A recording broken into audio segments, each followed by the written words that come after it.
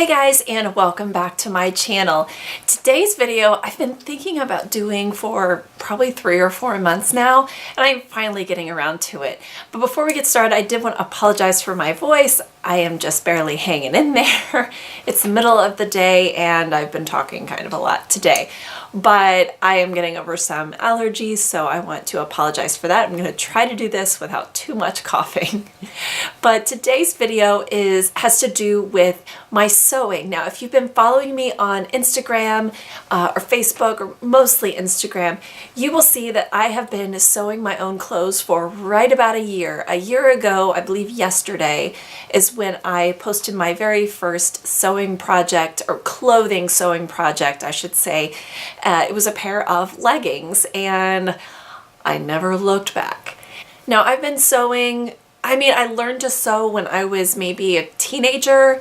I did some hand sewing. I learned on my mom's sewing machine that I think one of my sisters has now, but I never really went with it until 2008, I want to say. My brother-in-law was working at our church and someone had donated a sewing machine to the church, and he called me and said, "Do you want this? It's free." And I said, yes. So he brought it to me and I just went crazy with it. I started sewing a lot of baby stuff. This was years before we had children, but I started sewing a lot on that. And I really just learned to love sewing, making something out of nothing, basically. It just really gives me a thrill. I know it's not everybody's cup of tea, and that's fine, but what I have learned since I started sewing my own clothes has given me so much confidence. It's been such an amazing stress reliever, and I love it. I say that it's my sanity. I would say it's cheaper than therapy. It's probably not. But I know a lot of people, when they comment on my Instagram or Facebook pictures of the things that I've made, they say, "Oh, you're so talented. Oh, can you make me one?" And the answer to "can I make you one" is probably going to be no. For a lot of different reasons I'm not going to go into today, but sewing is something that I do for me. I do everything in this house for everyone else. I love finding something that I do just for me. And a lot of people I know would love to learn how to sew because it is so great to figure out something that you can do, obviously for stress relief, but also for sustainability. And of course, saving money. It is so much cheaper for me to sew my own clothes than to buy them. And so I'm not saying that I'm going to do a bunch of sewing lessons on here, but I wanted to talk to those of you who have been thinking about getting started sewing, just the things that you need so you don't go to Joann's or Michael's or whatever and buy everything you see, because you don't need it all. So in this video, I'm going to show you just some of those basic must-have tools. First of all, this goes without saying, but I'm going to say it anyway, you need a sewing machine. As far as brands go, I don't really know one better than the other. Singer, Brother, Kenmore. There's Singer and Brother are the most common ones that you see just in the stores. And I can't really comment on best kind of sewing machine to get. But here's mine. I have a Kenmore sewing machine. I want to say it's from 1976. And I absolutely love it. It is approximately 4 or 5 years older than I am. And I gotta be honest though, even with all these really high-tech sewing machines that are out now, if something happened to my sewing machine where it pooped out beyond repair, I would probably go on eBay or Craigslist or Facebook and try to find another old one like this. It's solid, it's sturdy, it's extremely heavy, and it may not be as flashy as some of the newer ones, which to be honest, it would be kind of convenient to have like a computerized sewing machine.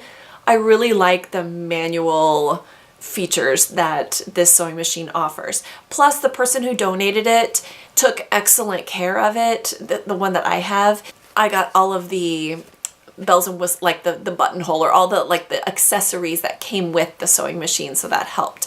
But people say, can I make my clothing with a regular sewing machine, or do I need a serger? You do not need a serger. I used to have a serger and I just gave up trying to figure out how to thread it, to be honest. It was such a pain, so I sold it. So I don't see myself getting a serger unless I decide to make clothes for a living, which I'm not planning on that.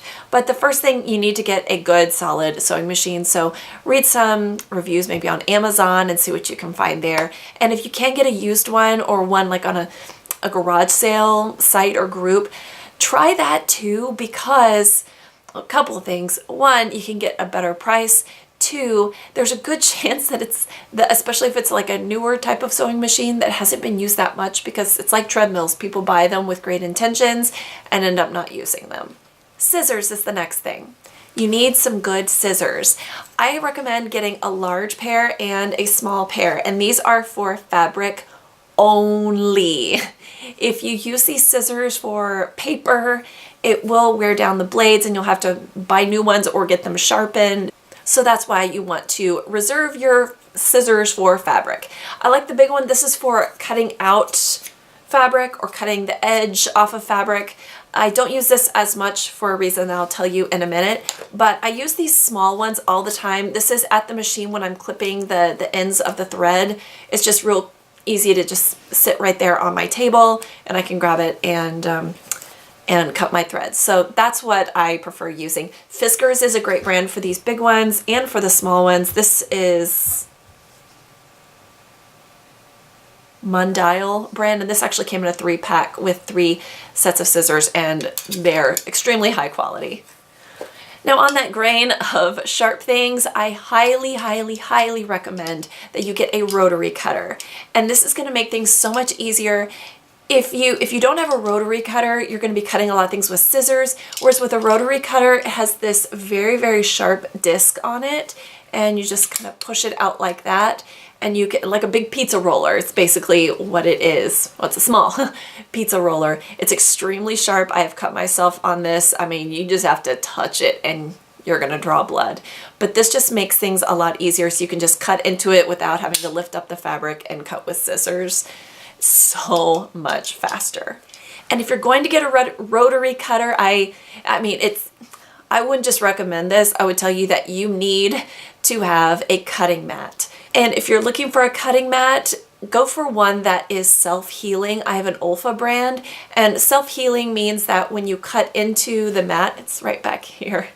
When you cut into the mat, it creates a cut in the mat, but it like seals itself again, so you're not creating a bunch of jagged cuts in the plastic. I have an old cutting mat that I used for a long time. This one right here, I also painted on it as well, but it's not as smooth, and you probably can't tell by looking, but just there's so many little pills on here from cutting that it actually can snag your fabric, so that's not good. So I highly recommend investing in a self-healing mat. Here's a small one that I have, and this is the Olfa brand, and yeah, this is the Olfa brand, and this is super high quality. It's really thick. And I have a couple of places where it's cut, where there's actually a cut in there, but maybe just cut too deep with a brand new blade. I'm not exactly sure, but the only problem with these Olfa ones is that they stink. I got a big one for Christmas that's sitting behind me, and it's like I have to leave my door open because they stink so bad. It's just a plasticky smell. And while we're talking about other sharp things, I have to bring up this. This is a seam ripper. You've seen these, I'm sure, in any sewing aisle. I highly recommend getting a nice one with a grip, because if you are learning to sew, you're probably going to be learning to rip out some seams every now and then, and so you need to be comfortable with this. But this will rip open the seams. Like if you've sewn something incorrectly, this just helps you get right through them very easily. This is something that I feel like is worth a bit of a splurge, because you need something that is sharp and sturdy and high quality, and of course, like I mentioned, has some grippiness to it. And yeah, I love this thing. I don't like using it because it means I've messed up in some way, but you know, at least it's better than having to start over. You can always rip out the seams. I feel like this goes without saying, but you need some thread. And I happen to like this Coats just polyester thread from Joann's, and I'm sorry, Coats and Clark. And I get from Joann's, I get from Walmart. Usually I just use black or white or gray. And it's funny, in this light, I didn't know that I picked up navy thread. I didn't know that till today. So let's put that right back there. But the gray matches with pretty much everything. I mean, unless you're top stitching on something that has a specific color that you want to coordinate, like red or blue or something like that. But for most of your actual seams, like you see right here, and where your seams are not going to show, black, white, or gray is totally fine. These are awesome to have also. This is just a really long ruler, and this is perfect to use with your cutting mat and your rotary cutter if you want to cut a nice straight line. It's just like a straight edge. If you're, if you're drawing a straight line, you put a straight edge there and take your pen and draw along that. Same thing that goes with this. Your rotary cutter will not cut into this. And yeah, I've had this, actually it looks like Holly gave me this when she was done with it. So I actually didn't buy this. So I probably had this like 8 or 9 years, and it's held up really well. This is the Olipfa brand, and it's 23 inches long. You can get these in all different shapes and sizes, but the 23 inches is perfect for me. It's usually all I need. Now for my smaller projects, I have used just a basic clear plastic 12-inch ruler. That works fine too. Now I've been sewing for a while, so I don't use this as much as I used to, and I also don't have a lot of products that use this, but having a disappearing ink pen is awesome. I mean, it's just like what it says. It's a disappearing ink pen, and it's like a little marker here, and this one happens to be a purple, and it disappears after a couple of minutes. Also, depending on the fabric, sometimes it disappears quicker on certain fabrics, so just be aware of that. I've seen some that you wash out, some that just kind of disappear over time, some that disappear more with heat, so you like iron over it after you're finished, and it gets rid of it. But this is really good if you're marking spots. I use this when I make my baby carriers a lot to mark where the straps go. If you are using a pattern of any kind, you need to have pattern weights, and they actually sell pattern weights in the store, and pattern weights are used basically to hold that paper pattern on top of your fabric, so when you're cutting it out, it doesn't move. And I have really fancy pattern weights. Are you ready? Here's one of my pattern weights. It is a tape dispenser from Scotch. Another pattern weight that I have, because my patterns are big, I have Catching Fire, the second book in the Hunger Games series. I should have mentioned this earlier, but if you're going to make clothes, you need to have a tape measure, and this is to measure your body to see what size you need. I don't feel like this requires any more explanation. I think mine is 60 inches, yeah, 60 and just a few, and I don't even know where this came from. This is probably a buck, and this is the Dritz brand, and yeah, works great. Now the last two things, I feel like I get way too excited about these, and I don't even care, so I'm just going to tell you about them. First of all, you obviously, if you're going to be attaching things to each other, so you need a way to do that. And I used pins for years, and I have just this little, I don't even know where I got this tomato pin cushion, but the pins I'm pretty sure came from Joann's, and they're just your basic straight pins. And I used these for years, and they're a pain because I'm constantly poking myself with them, until about a year ago when I figured out the Wonder Clip. These are Wonder Clips, and they are everything. Wonder Clips do the same thing as pins. They're just these basic little clips, see? And so if I am sewing two fabrics together, instead of pinning along the edge, I can just clip all the way down the edge, and they come off real easily. I just kind of set them to the side, just unclip it on my sewing machine and set it off to the side when I've passed that place where the clip is. And yeah, I don't have to worry about poking myself. I don't have to worry about sewing over pins and breaking my needle.